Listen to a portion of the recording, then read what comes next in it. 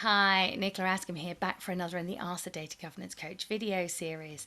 And today's question is very similar to a question that I covered in a recent video on who owns the data in reports and dashboards. But this is a very specific question that I've been asked a number of times recently, so I decided it really was worth doing another video on the topic just to cover this very specific question, just to add clarity for those of you that are wondering. So the question I want to look at today is who owns the data in a data warehouse? And I think you could also say that covers a data lake. Now, I can understand that people think it would be so much easier if we could just have one person owning that data in the data warehouse. And I get it. That's exactly what I did when I was first starting out in data governance because it was really easy. We already had a business owner of the data warehouse. I went to them and asked them if they'd own the data as well, and they agreed. It was only after that I started finding that this actually caused more problems than it solved.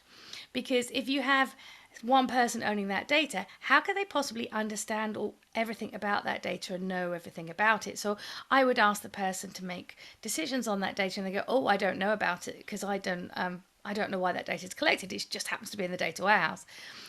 Or they complained to me that some of the data in the data warehouse was poor quality.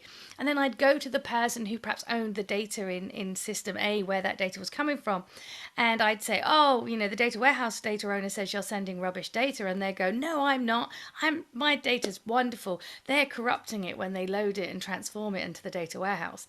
And I would be just like pig in the middle, getting sent between one to the other while they each blamed each other and nothing got solved and nothing got sorted. So I realized the hard way that having one person owning the data in a data warehouse really doesn't help. What we have to do is have one data owner for one data set, wherever it is in your organization, because we need one person who can make decisions about it, not multiple people making different and potentially conflicting decisions just because that same data actually happens to reside on multiple different systems.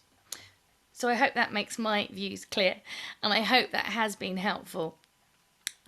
It really is worth the effort of finding the right person up front. It takes a little bit more effort, but you will be putting in place a good foundation for your data governance framework. I hope that has been helpful.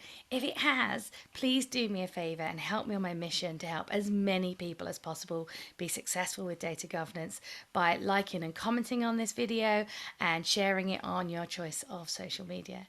I'd be really grateful for your help with that. And if you have a question you would like me to answer in a future video, just email it in to questions@nicolaaskham.com.